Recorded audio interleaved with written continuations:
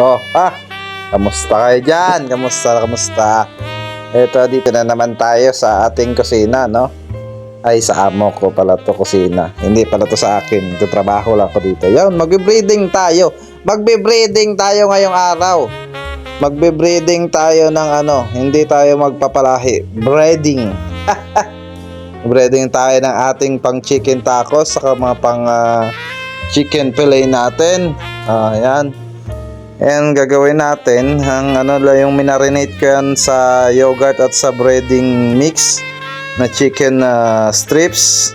Lulutuin lang natin siya mga tropa. Siyempre i-pre-cook natin yan kasi marami kaming order niyan.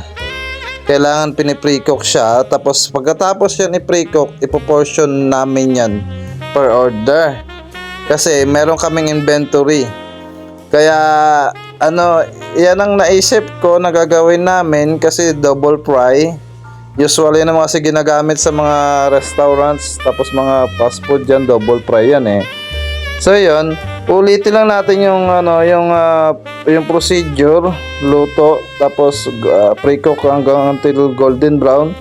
Tapos pag natapos yan, ipoportion namin yan sa kinabukasan kapag na-freeze na siya sa may freezer. Siyempre sa freezer.